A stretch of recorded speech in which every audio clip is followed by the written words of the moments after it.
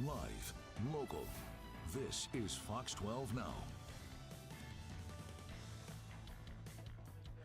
Hello, everyone. Thanks for joining us for Fox 12 Now. I'm Greg Nibbler. We are live streaming here every weekday starting at 1 p.m., going throughout the afternoon, having all kinds of different conversations and segments and covering a lot here on this show. So I appreciate you being here. We are live streaming on YouTube and, of course, our website and our apps. So lots of places to find the show and watch it afterwards as well.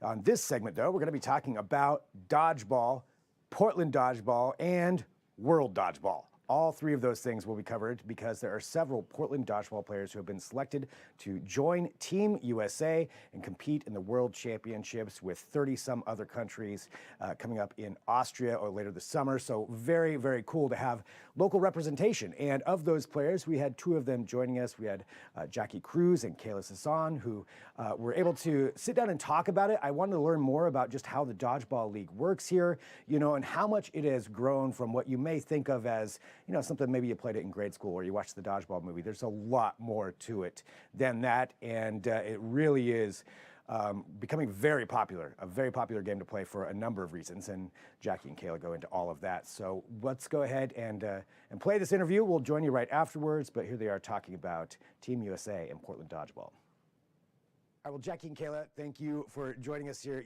This is obviously a big deal. Team USA in the World Championships, but Portland representing during this. And I think to start off, can we talk about Portland Dodgeball? Can you explain just really how the entire system works? Well, Portland Dodgeball, we run it through an organization called Dodgeball PDX. It's a local grassroots organization here in Portland, Oregon. We are in the process of getting our nonprofit status, and we run a Monday night league, which is a recreational league. We play with no sting rubber balls. They're small rubber ball. We have around 200 players currently registered, and we divide them up into teams. It's kind of like a randomized draft, and it gets evened out. And then it's primarily an LGBT base of players, queer focused, and it's a safe space. It's just really fun every Monday night at Friendly House in Northwest Portland. Nice. 200. That's a lot of players. I mean, that's a pretty big league and organization to try to manage, I would imagine. Yeah, we also funnel them from our recreational league into our Thursday night competitive league. So once people start getting good enough and they've caught the drug that is dodgeball, it's an adrenaline rush like you can't get anywhere else, and they're just hooked. And then we put them in our competitive league, and and then we're just growing exponentially. We're running out of gym space, so we're looking for more facilities in the Portland area. Yeah. It's hard to compete with basketball or volleyball. Gotcha. So it's probably about the same amount of space that's being utilized. So I would imagine, yeah. So is that what it is generally on basketball courts? Generally, there was trampoline dodgeball at one point in time. For fun, I've seen beach dodgeball. But instead of using a full basketball court, you kind of turn it, and it's a little bit more like badminton size. Gotcha. Okay, and so looking at it, we've got the Portland League, but now, Portland players being selected for Team USA, you two being two of those. Tell me how that happens, and how does the, I guess, national organization work? Yeah, so the national organization is USA Dodgeball, and I think throughout the year, this has been going on for, I want to say, decades, but it's grown, and at this point in time, you have a lot of different styles of dodgeball. You have collegiate dodgeball. They use a 8.5 rubber, which is like a slightly deflated kickball, and then you have, for USA, they mix it up. They have foam. They have a cloth, which is a little bit bigger, but like volleyball sized, that Jackie has with her. And you have to travel for it. And a lot of people within cities make teams, go to these tournaments. And from there, every 2 years, you have the World Dodgeball Championships that are hosted in different countries. And you have scouts that will come to these tournaments and evaluate you. And the way that we did it this year, we had practice teams. that were people had to make the practice team. You practiced for about a year, and then from there you had a big tryout, and they announced the official roster in April. I mean, how did it feel when you got selected to go to Team USA for both of you?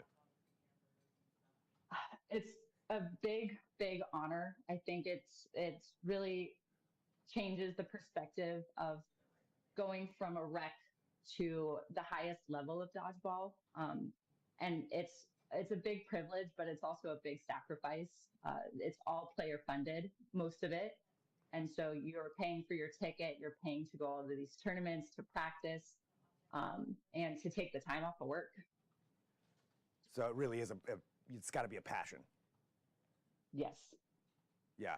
And, you know, you two are representing there for Team USA, but also representing Portland. There's a few of you that are on Team USA from Portland. So what's that feel like to have that Portland connection and be representing Team USA? Jackie, you can go. Well, I want to clarify what I said earlier. It is a healthy drug. I didn't mean to bring that up. And so I do apologize for that. But it's to represent Portland is a huge honor. It's you know, a city that's a little bit newer for us. I've been here for like 2 years. My family's been here for a little bit longer. Yeah, and representing the player base here, it's what made me become a better player was when I moved here and I had to step up to the talent that there is here and the skill level that I'm seeing. Like even in our recreational league on Monday nights, it's like people are throwing heat. So I had to adapt to that. I had to get faster. I had to get stronger. I had to put in more time, like outside of dodgeball to get better. And it's a grind. It's a lot to, you know, train every morning at 6 a.m. And Kayla and I go together. And I don't know if people really realize like how much it is like mentally and physically. So I'm excited about it. And it's a big deal for me.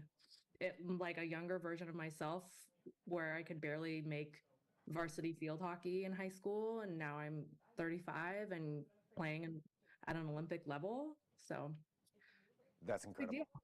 Yeah. And, you know, you mentioned all the work that goes into it. So there's all this training that you're doing, but you still get that adrenaline rush. I mean, what is it from an outside perspective? Maybe when somebody's asking you, what is it about dodgeball that you love so much that you put so much into it? Yeah, I mean, you go, sorry. Jackie. Sorry, you go. I'll say my thing. I think like, I mean, I'm on the mixed team for Team USA, mixed cloth, and it's really scary to have men throwing at speed that ball in your face or your hands. And when you make that catch of a 70-mile-an-hour ball coming at you, if you can, that's the adrenaline rush that I'm talking about.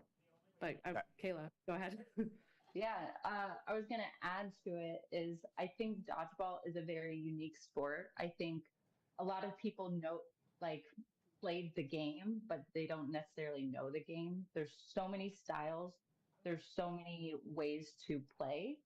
And I think it's very unique in that way, challenging at times, but it's the only sport I can say you have to deal with multiple balls, whether you're throwing them or that you're trying to dodge or catch them. It takes a lot of awareness and it takes a lot of athleticism. And it's really cool to see everyone from different sports, whether it's football, basketball, volleyball, baseball, they all have skill sets that really doesn't matter the size you are, doesn't matter who you are. Like you can be smart, you can be really good at dodging, really good at throwing, or just being strategic. But and I love team sports. I think this really, you have to communicate with your team, throwing together, kind of strategizing how you want to throw it, or how you want to protect one another is super important. So there's a lot of elements that make it very much more than what we played in elementary school. Right. Yeah, it already sounds like that. I mean, because that's my last experience. I'm like, this is 70 miles an hour ball. Yeah, that's a little different.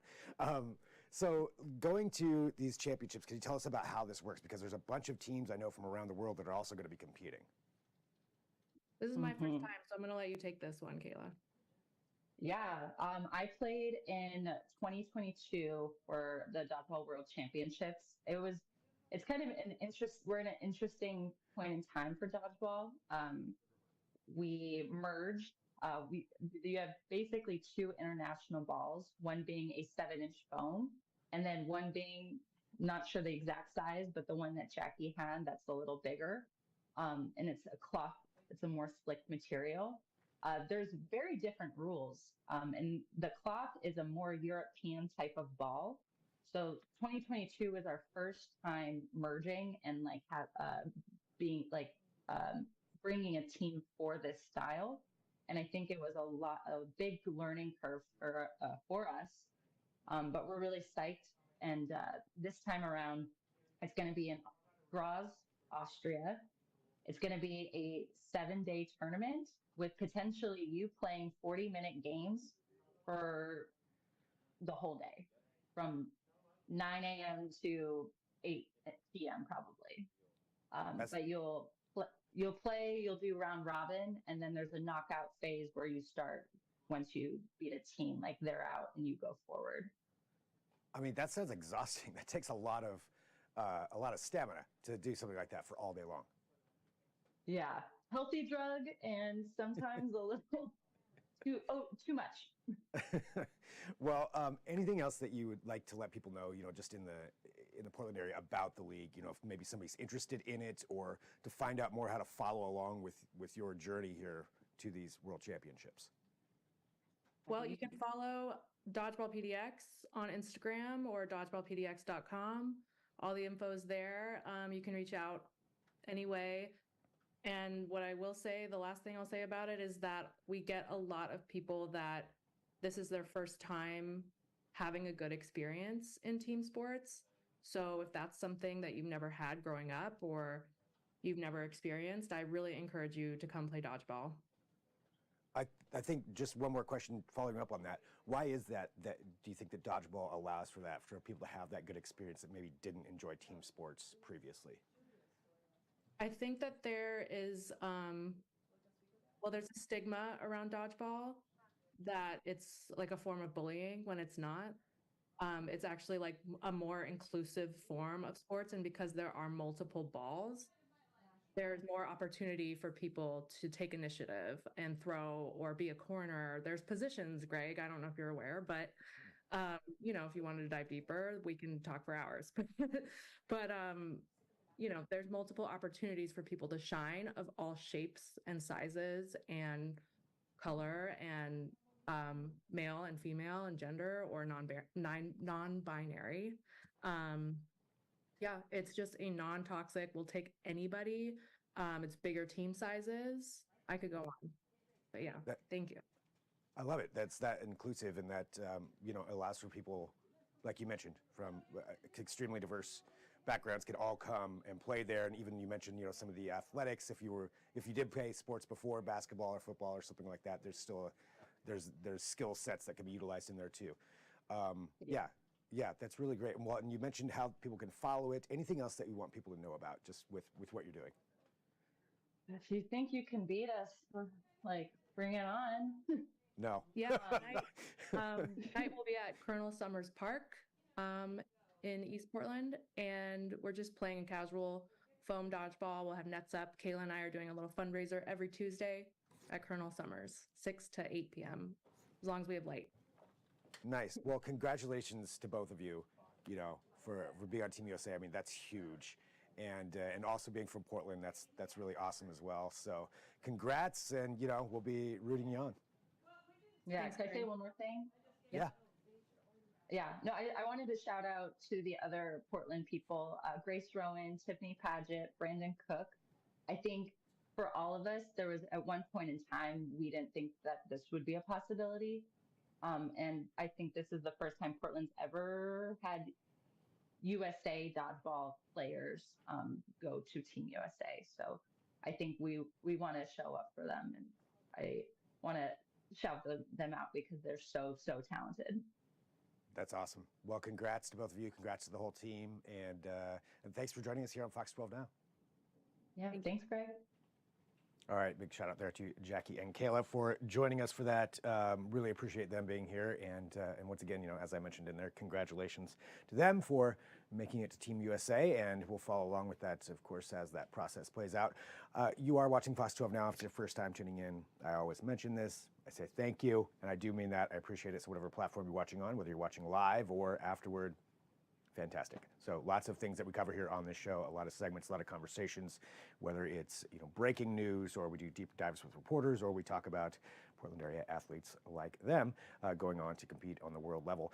Up next, though, we are switching gears completely at 1:30 p.m. I'm going to be talking to Jason Biggs. Yes, Jason Biggs from the American Pie franchise. It is the 25th anniversary of the first American Pie movie, so we're going to be talking about that, plus a partnership that he has. That's coming up at 1:30 p.m. So if you're watching live, just come right back to where you are. Ideally, that's probably either at kptv.com or through our apps. Those are the easiest ways to watch the show, but whatever you're on, thanks for doing so. So 1:30 p.m., come right back here. I'll talk to you then. I'm Greg Nibbler. This is Fox 12 Now.